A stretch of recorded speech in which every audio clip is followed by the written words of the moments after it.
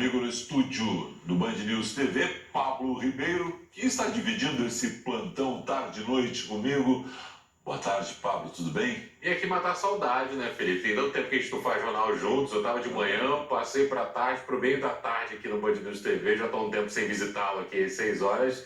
Eu vim aqui matar a saudade, mas pra gente falar de algo muito sério, mais uma tragédia no Rio de Janeiro, dessa vez envolvendo queda de prédio, em Rio das Pedras. Quem é do Rio sabe muito bem, essa região fica na zona oeste do Rio, é uma área que é dominada pela milícia já há muitos anos, fica bem ao lado da Muzema, onde em 2019 um prédio desabou matando 24 pessoas. E é também uma área que tem uma ocupação em um solo muito instável.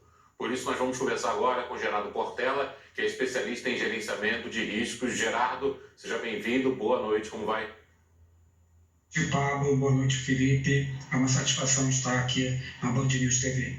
Gerardo, pelas informações ao longo do dia, quais são as maiores probabilidades, né, que a gente tem em mais um caso de desabamento no Rio de Janeiro? Apesar que a investigação ainda está em curso, a gente sempre tem que ter um certo cuidado, mas há tantas evidências de que se trata de uma construção fora dos padrões de engenharia, pelas próprias imagens, pelo histórico, pelos dados dos últimos acontecimentos nos últimos anos nessa região. Então, a gente pode sim considerar que é muito, mas muito provável que a causa raiz tenha passado por uma questão de construção que não cumpriu o regramento mínimo requerido pela boa prática da engenharia, né?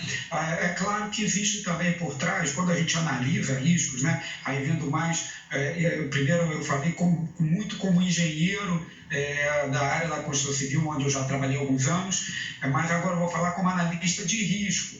Quando a gente vê um evento se repetindo ao longo de um conjunto de dados históricos de anos, né, nós chegamos à conclusão que existe alguma falha sistêmica. Isso precisa ser melhor apurado. Mas me parece muito provável que a gente tenha uma falha sistêmica provocada por uma questão que é muito conhecida do brasileiro e do nosso país, que é a questão habitacional. Como a gente não consegue oferecer no mercado uma moradia acessível a esse público, ele procura as regiões onde existe algo que minimamente o atenda. Só que esse mínimo, ele não tem capacidade para identificar as questões de segurança, as questões de legalização, e a necessidade é tão forte da moradia, que é um elemento tão básico na vida de todos nós, que ele acaba assumindo riscos acima dos aceitáveis. E é isso que a gente vê. Essas comunidades vão crescendo em regiões que são desprezadas comercialmente, porque elas são de construção muito cara, que são áreas alagadas, áreas de encosta, onde não é comercial o produto, ele passa a ser muito caro só pelo terreno onde ele está.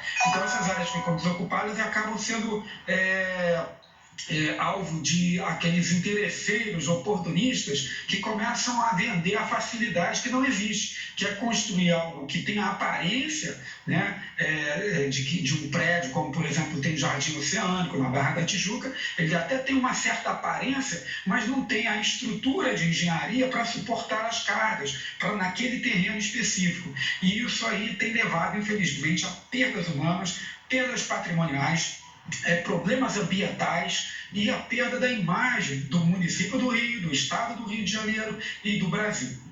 Aproveitando a tua experiência, Gerardo, lembrando daquela música do Chico Science, a cidade não para, a cidade só cresce, de cima sobe, de baixo desce, a cidade continua crescendo. Cláudio Castro falou algo que é óbvio, faltou fiscalização. Sim, o governador fala algo certo. O prefeito do Rio fala que acabou essa história de novas construções irregulares, só que ele já está no terceiro mandato. Eduardo Paes está no terceiro mandato, está no 9º ano, ou seja, à frente do executivo carioca. Por muitos e muitos anos a prefeitura fez vistas grossas para essas construções que foram tomando conta da cidade enquanto a cidade crescia, né? Por que essa região, zona oeste do Rio de Janeiro, há tantas construções irregulares?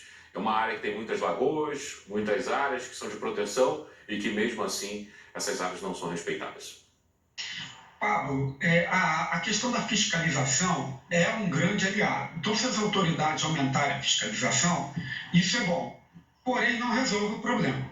Por quê? Porque não tem uma oferta de moradia para essa população, ela precisa morar, não tem também um bom transporte público, e ela não tem como morar muito distante, porque não tem um meio de transporte. Então você passa a ter uma condição em que a gente vai só lá para o final da linha, que é a fiscalização, como uma opção, e já com um processo já muito adiantado.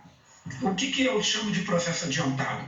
A palavra favela, né, que a gente até evita usar, ela vem de pequeno favo. Isso começou lá nos combatentes que vieram da Guerra de Canudos para o Rio de Janeiro e ocuparam ali o Morro da Providência, e eles lembraram do morro que tinha muitas favelas, pequenos vegetais lá no Nordeste, e aí passou a se chamar de favela. Isso tem século. É um século. Então, são décadas sem uma política de habitação, sem uma política de ocupação do espaço urbano. E essas pessoas são aquelas pessoas que estão servindo no shopping center, trabalhando dentro dos grandes condomínios, às vezes é o porteiro do melhor prédio da cidade na orla, e essas pessoas, elas estão próximas a nós.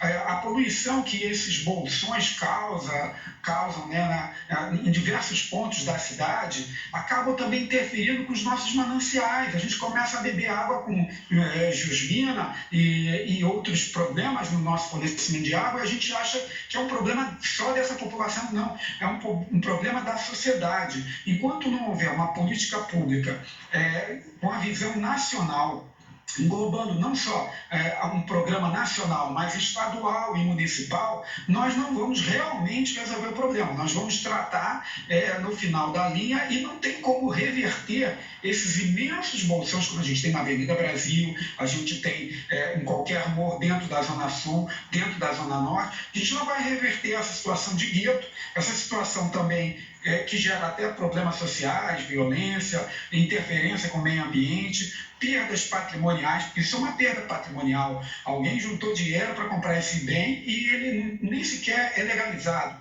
E isso é ruim para a economia, isso é ruim porque não tem impostos envolvidos. Enquanto se houvesse um plano realmente de habitação, de criar habitação populares, mas com qualidade, nós iríamos movimentar de verdade a economia, gerar empregos e resolver um problema imenso, que não se resolve da noite para o dia. Mas os projetos políticos geralmente ficam em torno de 4 anos, às vezes até 2. E isso aí é que inviabiliza. É preciso ter uma visão maior, a gente olhar para o problema que está nos engolindo. A gente passa por um fenômeno que pode ser chamado por alguns, né, assim coloquialmente, como africanização. A gente está transformando as nossas grandes metrópoles numa paisagem predominantemente de bolsões com subhabitações. Então, é uma situação muito grave, porque cada vez que a gente dá um passo na direção errada, fica impossível dar as dezenas de passos que a gente precisa dar atrás para retroceder, para reconstruir a perda que nós tivemos em todos os aspectos sociais, de violência e de equilíbrio no ordenamento urbano. Os casos que a gente lembra são do Rio de Janeiro, até em função de tudo que está acontecendo hoje, né, mais esse desabamento lá. Mas esse é um problema brasileiro. A gente está ouvindo o Eduardo Paes, a gente está ouvindo arquitetos, especialistas do Rio de Janeiro, mas se hoje a gente ligar para Recife, Porto Alegre, Manaus, em todas as cidades, as grandes capitais, a gente vai ter questões semelhantes a essa. Então fica um alerta, inclusive, para prefeitos, governadores. Não dá para dizer que não sabia, estou sendo surpreendido. Esta é uma questão brasileira, né, Gerardo? Sim, inclusive nós temos capitais que têm problemas com chuvas, enchentes, e como por exemplo, Belo Horizonte. São Paulo também tem várias comunidades que vivem em condições de higiene, em condições de segurança, em condições de habitabilidade muito baixas. Então, não é compatível com a nossa sociedade, o tamanho da nossa economia. Nós não vamos ter um país do século XXI com habitações medievais, né? Então não tem condição. Mesmo que a aparência muitas vezes engane o leigo, ela jamais enganará os engenheiros. Porque desejar segurança, eu acho que até mesmo aquele aproveitador, miliciano, por exemplo, que constrói, ele não quer que caia, porque vai prejudicar esse, entre aspas, negócio. Né? Então, querer é bom senso, segurança é bom senso. Alcançar é técnica. E a técnica passa por procurar profissionais, ter fiscalização e, principalmente, um bom plano que vai ajudar até a própria economia e acabar com esse terrível problema que afeta a sociedade brasileira, que é a falta de moradias. Senador, você estava falando sobre a submoradia e como esse processo acaba se parecendo muito com o que a gente assiste em alguns países do continente africano. Na África do Sul, por exemplo, tem as chamadas townships, que são as favelas lá montadas como se fossem favelas que possam ser tiradas de lá a qualquer momento, e por isso há muitos incêndios, porque elas são montadas de qualquer forma. Qualquer tipo de material pode servir de parede, qualquer tipo de material pode servir de telhado para aquela casa. Vindo para o Rio de Janeiro, a gente assiste também a venda de lajes, por exemplo, como se fosse vender um andar para que você possa construir uma nova casa ali, porque a cidade não tem mais para onde crescer dos lados, passa a crescer para cima também. Eu queria que você falasse sobre esse processo. Esse é um processo que nos entristece muito, até porque até as próprias vias estão sendo ocupadas, calçadas, e faz uma construção improvisada, já vem como um ponto de comércio, sem nenhuma legalização. A região passa a ser completamente controlada a parte do poder público. Isso é muito ruim, é muito negativo, e passa por uma tolerância doentia da nossa sociedade. E aí a gente fala não só dos políticos, mas todos nós, porque a partir do momento que nós nos acostumamos com isso. É claro que não são todos, mas a gente se acostuma a entender que a pessoa que está dentro da nossa casa, às vezes está morando numa encosta onde ele tem medo quando chove, se vai haver um desmoronamento, ele vai morrer. E a gente acha isso normal. É possível construir encosta? Nós temos as construções mais lindas, com as paisagens mais maravilhosas do mundo, em costas, em inúmeros lugares, por exemplo, na Grécia, né? Mas nós estamos muito distantes disso, não é disso que a gente está falando. É possível construir, mas é um custo altíssimo. Deveriam ser as moradias mais caras da cidade, aquelas que ficam ali na região, por exemplo, da Niemeyer, mas a gente tem o Morro do Vidigal, a gente tem a Rocinha, nos locais onde poderiam ter as construções mais caras da cidade. Mas como é construído de qualquer jeito, é ocupado por quem não tem recurso, não tem opção. Se fosse dar através de um plano nacional, né, de direção, algo que fosse construído com os poderes públicos estadual, né, o poder federal e municipal, nós poderíamos olhar para uma... Mas quando a gente quer tudo muito rápido, a gente vai só para a fiscalização, que é importantíssima. Agora, nesse momento, realmente partir para a fiscalização, que não basta nesse crescimento, mas se não tiver onde essas pessoas morarem, elas vão encontrar um outro gueto, elas vão encontrar um outro terreno alagado e vão tentar construir ali, nem que seja com pau-a-fita, porque não tem como a pessoa viver sem uma habitação. Gerardo, antes que a gente perca esse contato com você, que baixou a qualidade agora da internet, aí quero te agradecer, desejar uma excelente noite. Vamos continuar tratando o assunto para que daqui a algum tempo ninguém das nossas autoridades tenha esse direito de dizer, fui surpreendido. Não, essa é uma questão de organização e planejamento das cidades que tem que estar no nosso dia a dia. Obrigado a você, uma excelente noite. Obrigado, Felipe, obrigado, Pablo, uma excelente noite para todos.